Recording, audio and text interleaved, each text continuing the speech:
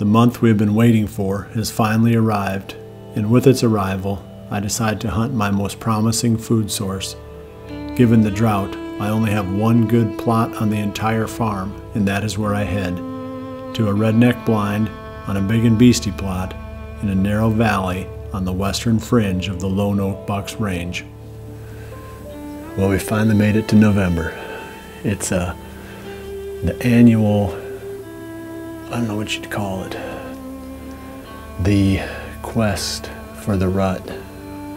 The excitement that comes when we reach the month of November is finally here. We're gonna stick this one out for a while, and I mean, the big and beastie has been mowed. I would say, who knows how many deer are coming into this thing typically and feeding, but they're not here this morning. It looks really good. This is where I'd be eating if I was a deer in this part of the farm.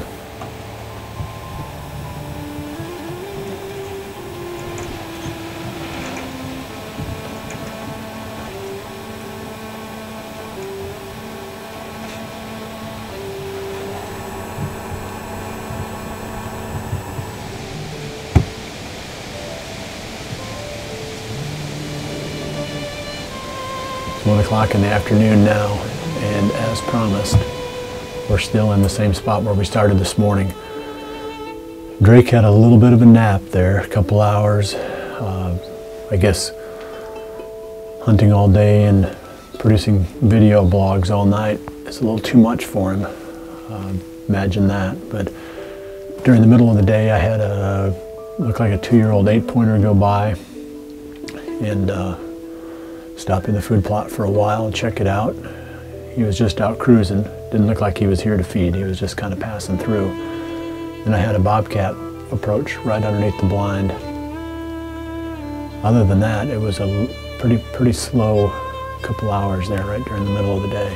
I think this time of the year, if you're trying to figure out where to be, I think you've got to be where the does are. I mean, it's pretty simple advice, but if you find the does, you're going to find the bucks, especially the mature bucks. I just really don't think the mature bucks cruise that much. I think they know where the does are at. They go, stand on the fringe of those areas, check them out, wait for the right doe or wait for a doe to pop into estrus, and then they make their move. So tonight, we're hoping for a field full of does.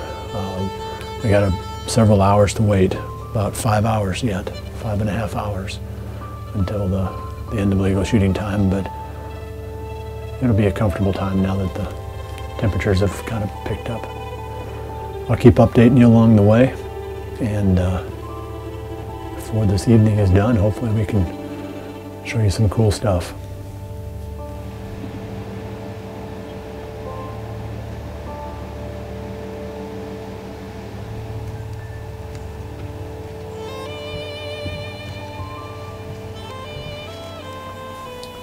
Down to the last hour of our hunt today. It's been steady, but I would say unspectacular. Unfortunately, we were expecting a little bit more out of this spot. There's so much food here.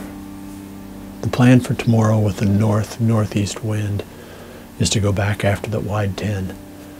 And it's been a week, almost a week, 6 days since we've hunted that deer last.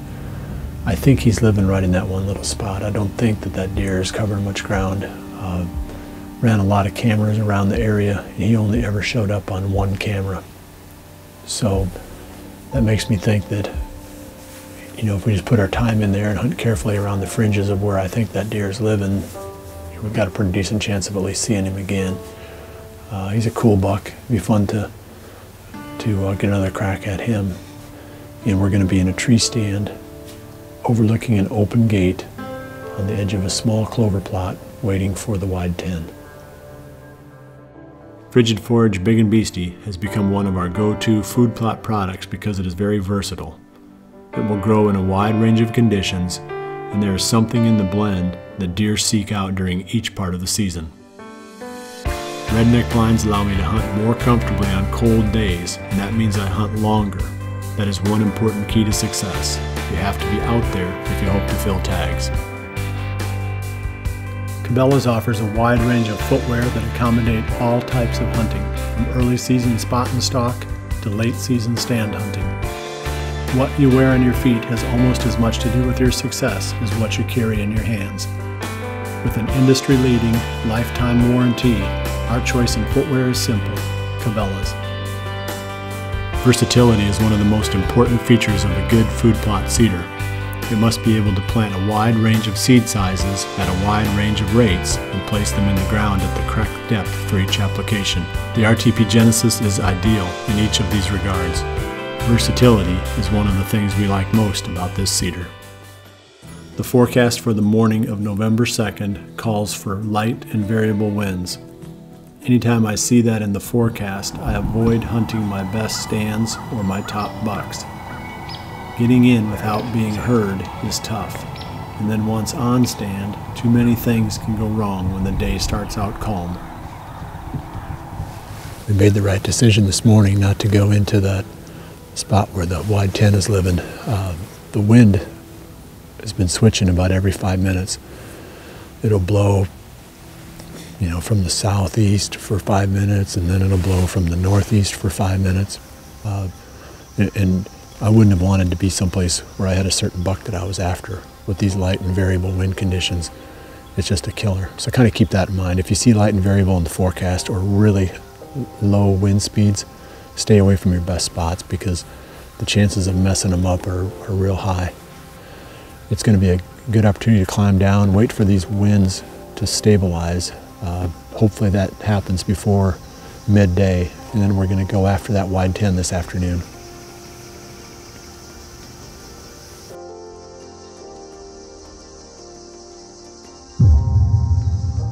This afternoon we're heading back into that big oak tree on the edge of that small clover plot overlooking the open gate. And this is where I've been hunting that buck that I've nicknamed the wide 10. I was just adding it up, it's been 9 days since I've seen a mature buck. So I think we're due for tonight. He's the only one that we know of that lives in that area, but that doesn't mean that during this time of the year you can't get strangers that move in. But he's definitely all the buck that we need for tonight. Hopefully he comes out again. He seemed like he was very localized to that spot. Like that was really, he was a homebody and that was his home. We got a bit of a trip down through this ditch. As I mentioned last time we went in and hunted this spot, we've cleared out this ditch so we can come in through the back door into this food plot rather than going right across the plot and into the tree. It makes the job of getting there a lot harder, but we do keep our human scent away from any place that the deer might stumble into it.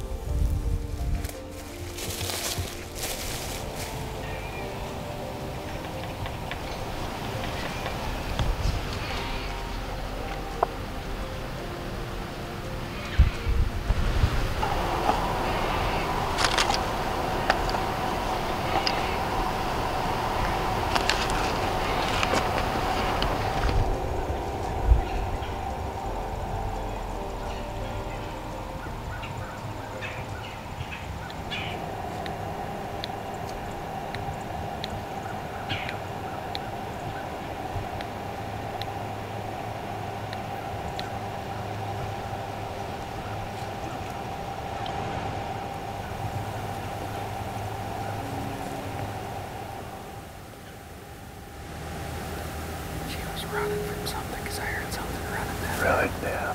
See, they'll squat down and pee like that, so then the buck can smell it and tell that she's not in heat. It's behind her. You see it? Yeah. What is it? I can't tell.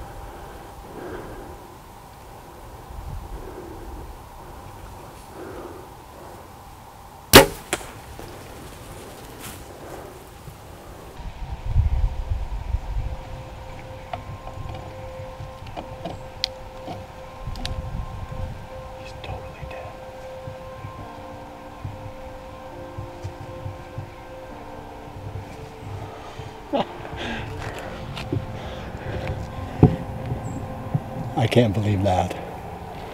That's crazy. It's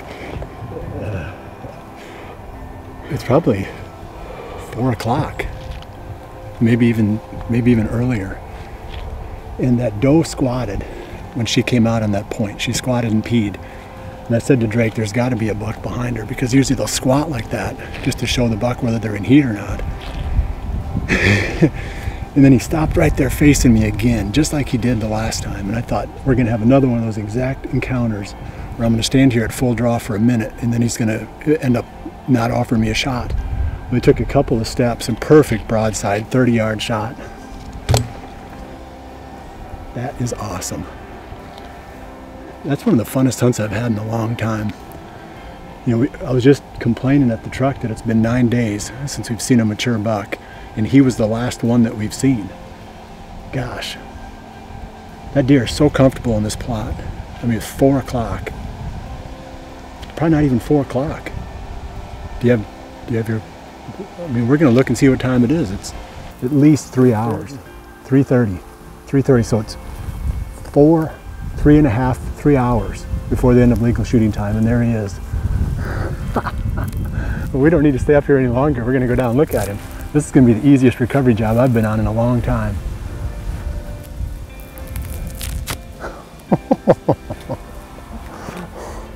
It just shows how quick your season can change during the rut. We're sitting here just thinking about how poor it's been, and all of a sudden, just like that, literally 15 seconds, 30 seconds, minute max, the whole season completely changes. Oh gosh, that was pretty crazy.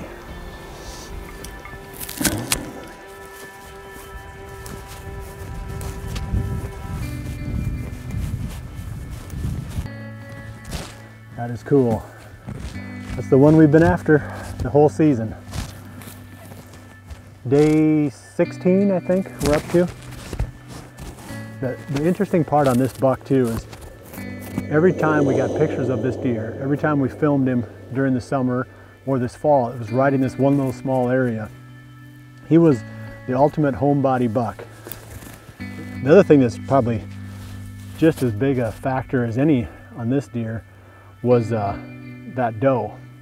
And the first hot doe in any mature buck's core area is going to bring him out. Later on in the rut, it becomes less and less critical because, you know, there's more does coming in. But that first one, it attracts all the attention. He's a cool old buck, that's for sure. I don't know how old this deer really is. I pulled up pictures from, I think 2015, 16, and 17 on this buck. And he was about the same size every year. So he had to have been at least 3 years old in 15, which makes him at least 5 now. And my guess is that he's probably 6. I would say he's probably 6 years old. That would be my guess. But either way, he's going home in the back of the truck with me today. That's cool.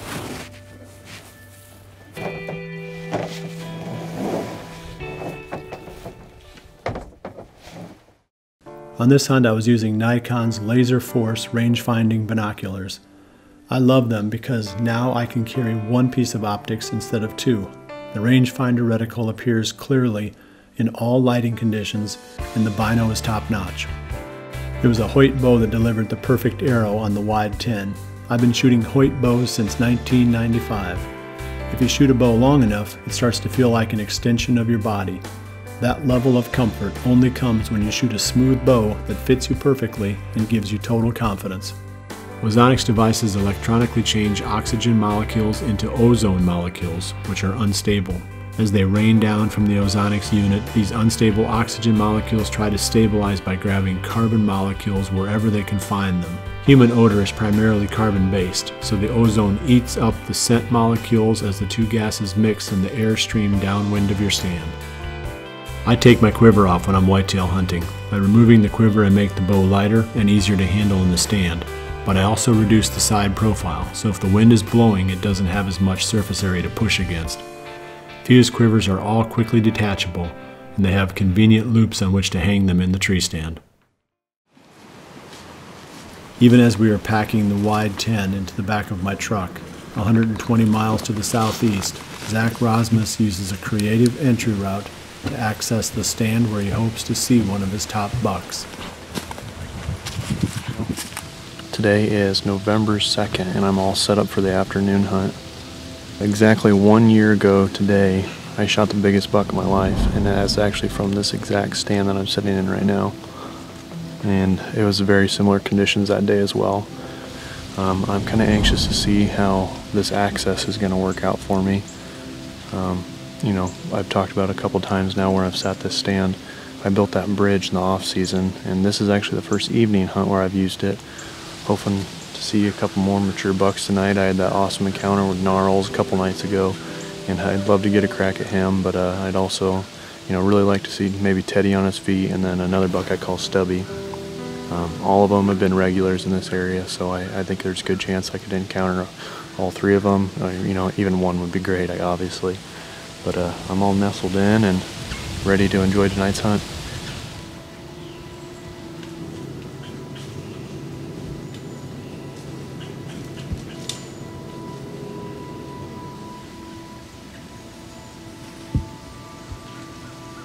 While Zach waits on a mature buck, a short distance away, tag already spent, Jared Mills is in the blind filming.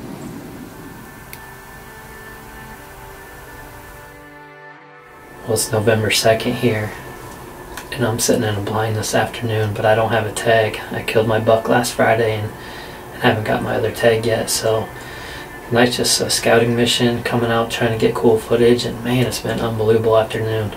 I think I'm up to 11 bucks already. It's not even 4:30. A couple good ones, one in full velvet.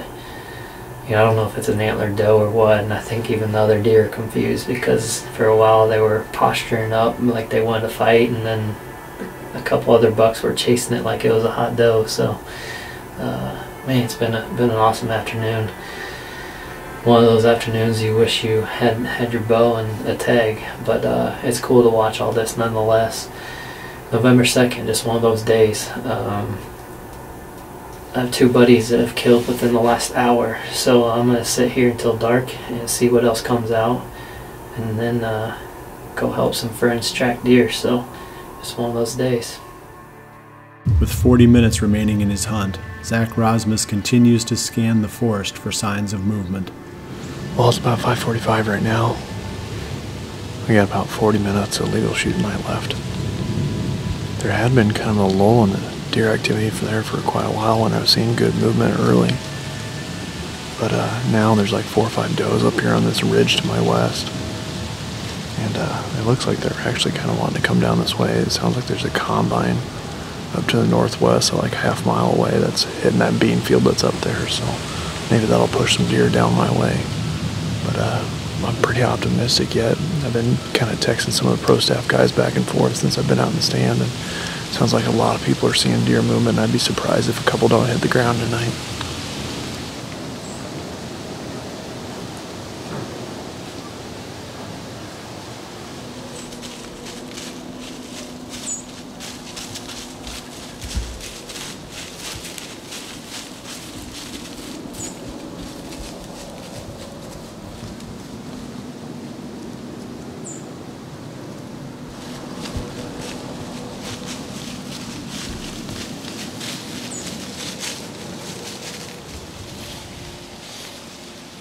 Yeah.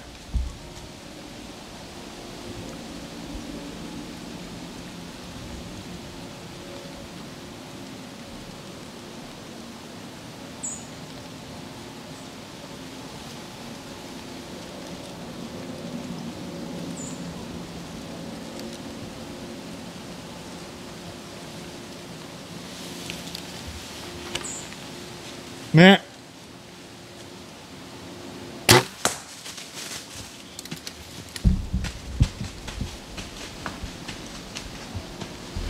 Well, that's Gnarles. As you can tell, I'm pretty shook up, but that's that buck I had that really cool encounter with the other night. He was quartering away really hard, so I tried to tuck a little bit farther back on his body cavity. So hopefully get a little bit more of those vitals, but he's a cool buck, so I'm pumped. That's a really cool deer. After initially taking up the blood trail and finding it to be very sparse, Zach decides to back out and return the next morning when the visibility will be better. Well, I just got done talking to the property owner that owns on the south side of this fence, and he actually gave us permission to take our bow back there with us. We do have blood on both sides of the fence, but I wanted to give the guy a courtesy call before we started tromping around over there. Obviously, you know, as bow hunters, you know, we kind of owe that to each other as courtesy, because you know, I'd expect that if I was a landowner to get a courtesy call like that. So we're gonna hop the fence, and hopefully he's dead laying down there on the bottom. There he is. Man, he ducked right in there, didn't he?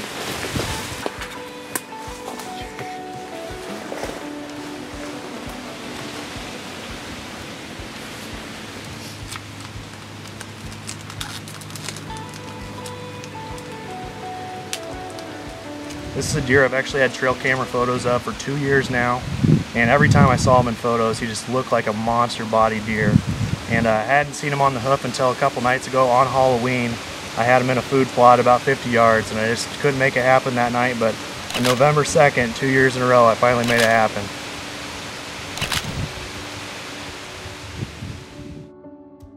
Realtree makes 12 different styles of their famous and highly functional easy hanger. You can find one that is perfect for holding your bow close at hand, stowing your gear, or positioning a video camera where you can easily capture your hunt. There's even a model that allows you to quickly attach a trail camera to a tree. Staying comfortable and hydrated through long, sweaty days requires a class-leading cooler, one that can take the abuse of life in a pickup bed and still hold ice for days.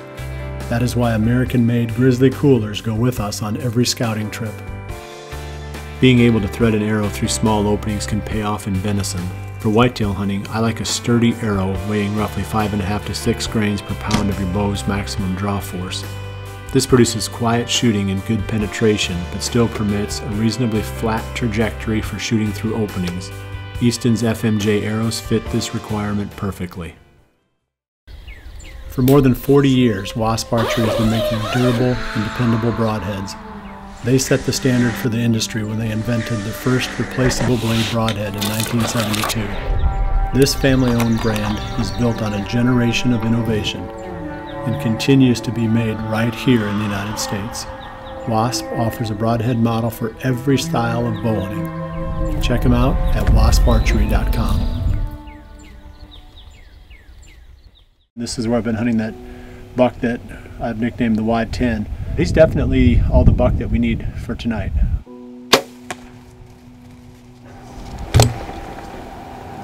That is awesome. That's the one we've been after the whole season. November 2nd reminded us why we love this month. With the first does coming into estrus across the Midwest, mature bucks were on their feet, making it one of the best days we could remember. Now the fire is lit. We are all in. Jared Mills is a day away from realizing a lifelong dream of land ownership and gaining the extra tag that comes with it. The buyers have just begun their 2-week rut hunting vacation. In fact, all across the Midwest, offices and shops are empty. We all know that the time has finally come to head into the woods and not come back out unless we are pulling on antlers. There is no reward for the timid. Make the most of every minute, because this window will close only too soon. For now, we are living the dream. Now we are chasing November.